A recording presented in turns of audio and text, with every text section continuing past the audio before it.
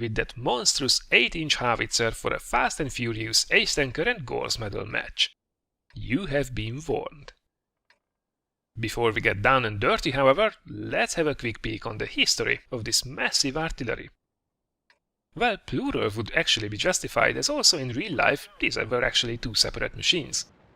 It all started with the M53 self-propelled gun in early 1950s, when the US forces decided to develop an artillery piece with a 155mm howitzer that was not only able to provide long-range support fire, that also was able to keep up with the rest of the armored forces, even on cross-country.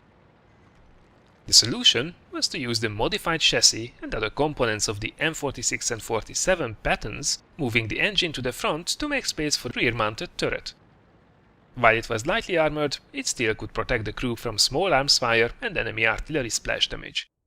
The spade at the back of the vehicle was used to help with the stabilization when firing. Now, these machines were actually used both by the US Army and by the US Marine Corps, right up until the M55 made its appearance in about 1956. The M55 was basically an upgraded version with an 8-inch or 203mm howitzer, increasing the range to an absolutely astonishing 17 kilometers, but limiting the ammo capacity to only 10 rounds. The reload was quite lengthy as well. It could fire a single round every 2 minutes.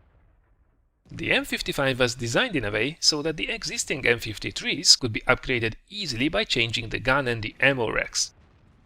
The US Army did also go through with this upgrade and basically upgraded all of the M53s, while the US Marine Corps actually decided to keep on using the smaller caliber versions. They both did see extensive service during the Vietnam War and have been retired afterwards. Right, so after this quick history lesson, I think it's time to have a quick look at those guns, shall we? Well, it all starts when you finally unlock the M53-55 and you instantly face the fact that the 8-inch howitzer that you did already unlock in the previous tier does not carry over. Just great. And then you play a couple of matches with that 155mm gun and suddenly realize that playing artillery hasn't been this much fun for a while now. So much so, in fact, that when you finally upgrade again to the 8-inch version, you will constantly look back wondering if you should trade high caliber for fun. What you have here then is a huge difference in terms of rate of fire and accuracy, something that's plaguing the higher tier artilleries in general. And then suddenly this stock gun comes along and turns everything upside down. To give you the full picture, the main differences for the 155mm gun are the following. A 15-second better base reload, bringing it to about 30 seconds before skills and equipment. A 0.60 meters difference in dispersion, giving it an almost unparalleled 0.68 meters deviation only. A whole second shorter aim time. And of course the downside, minus 14mm of penetration and minus 600 average damage compared to the top gun.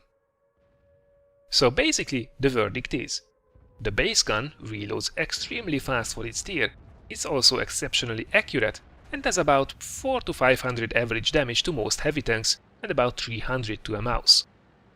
In comparison, the top gun has a slow reload and the usual bullshit high tier inaccuracy, but does on average 700 to 800 damage per shot to enemy heavy tanks and about 500 to a mouse.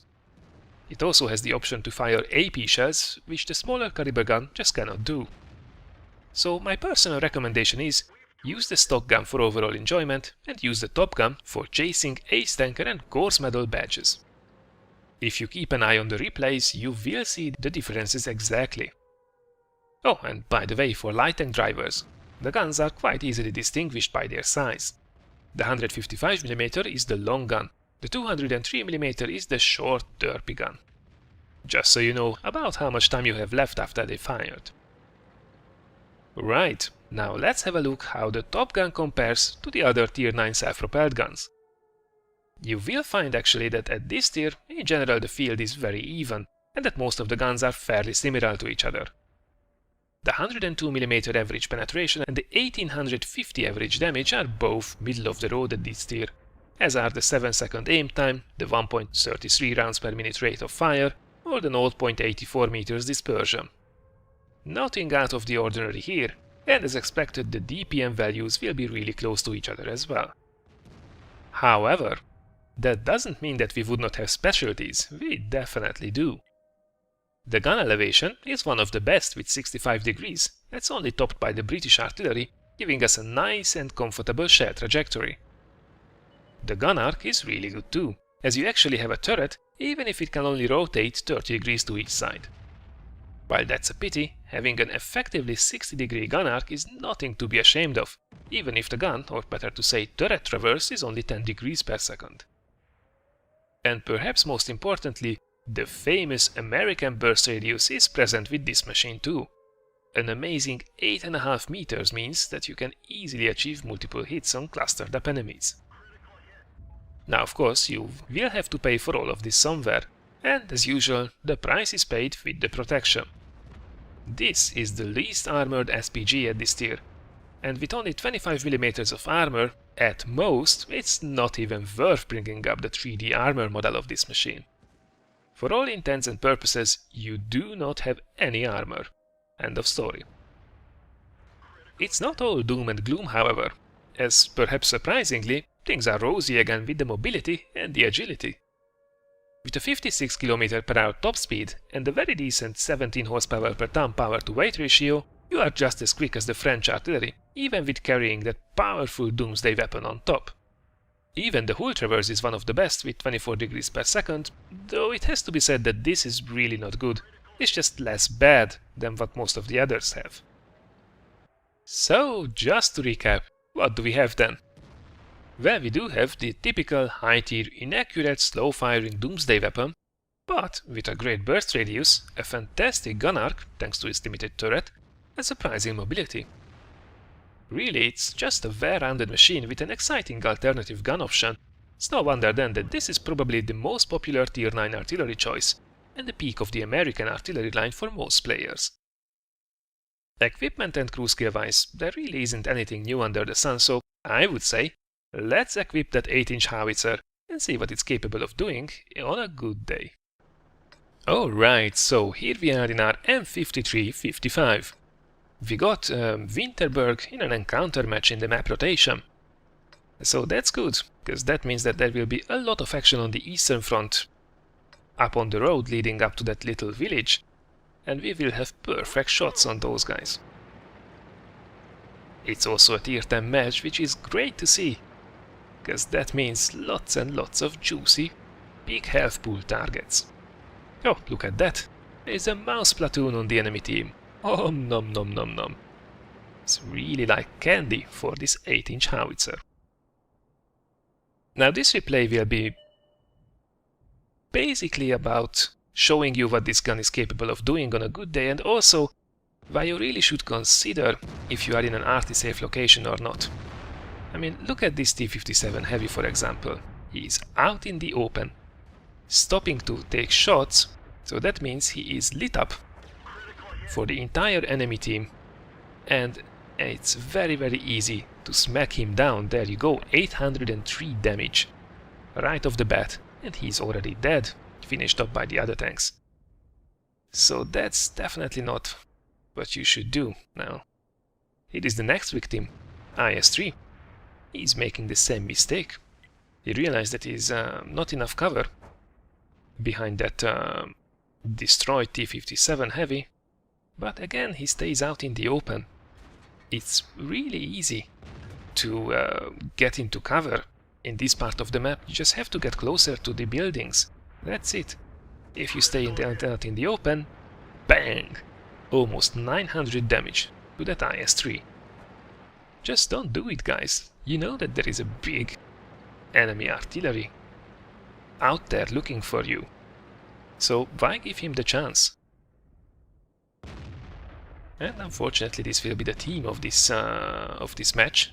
Well, unfortunately, very fortunate to have these kind of enemies. Let's see what we can do. Oh, look at that! Tier 10 medium tank, sideways on to where most of the enemy artillery players will be. Out in the open, stationary target.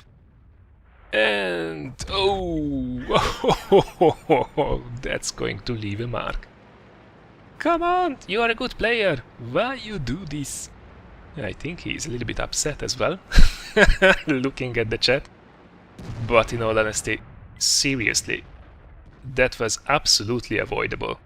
If you are going to give me side shots, that's a slightly above average roll for a penetrating hit.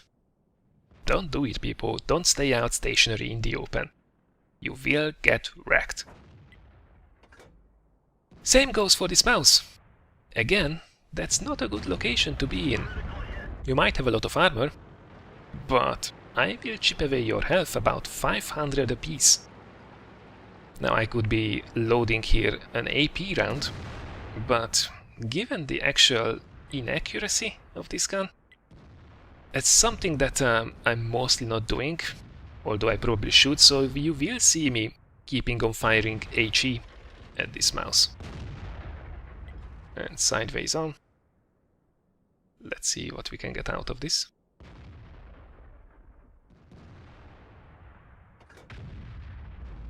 It's just a massacre.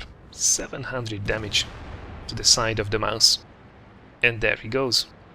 And we are already leading 9-3. And we did almost 5000 damage already. Now the theme of this replay is continuing. There are very distinct places where you will have easy shots from my position. And that's one of them. You are not RT safe.